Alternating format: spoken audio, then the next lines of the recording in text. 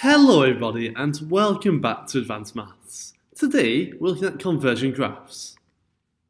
A conversion graph converts one unit into another unit. For example, here I've got a graph of kilometres against miles.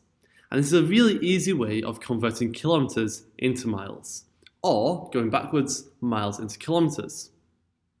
Let me show how you do this. So the questions say, use the graph to convert 10 kilometres into miles. So we're going to find 10 kilometres. 10 kilometres is down here where it says 10 on the kilometres axis. We go up from there and across. So we draw a line all the way up to the black conversion line and then across. If you read the scale, we're trying to read where this is. Halfway between 5 and 10 will be 7.5, so that's the halfway point. And if you look at this, I reckon that point there is about 6. So we can say that 10 kilometres is 6 miles. When you're doing this in the exam, you will have a conversion graph drawn for you, and all you'll have to do is use a pencil and a ruler to draw these straight lines to measure the conversions accurately. So we can say that 10 kilometres is 6 miles. Now it says how many kilometres is 15 miles. So we'll look for 15 miles up here, and we'll go across and then down. And that gets us to 25 kilometres. So 15 miles is 25 kilometres.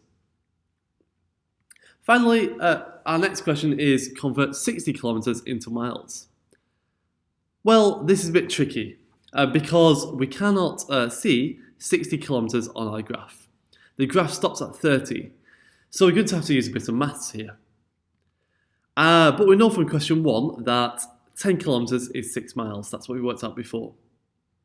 And all we can do is we can multiply it by 6 to get what 60 kilometres is.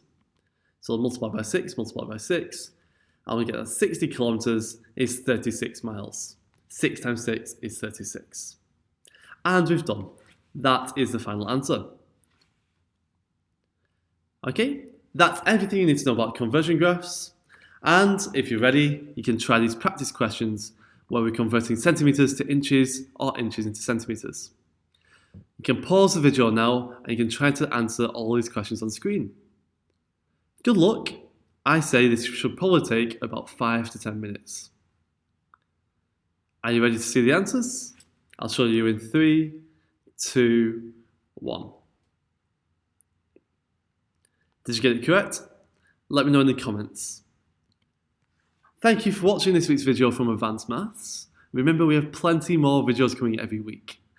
So remember to like and subscribe so you don't miss any future videos. Thanks for watching and good luck in your exams.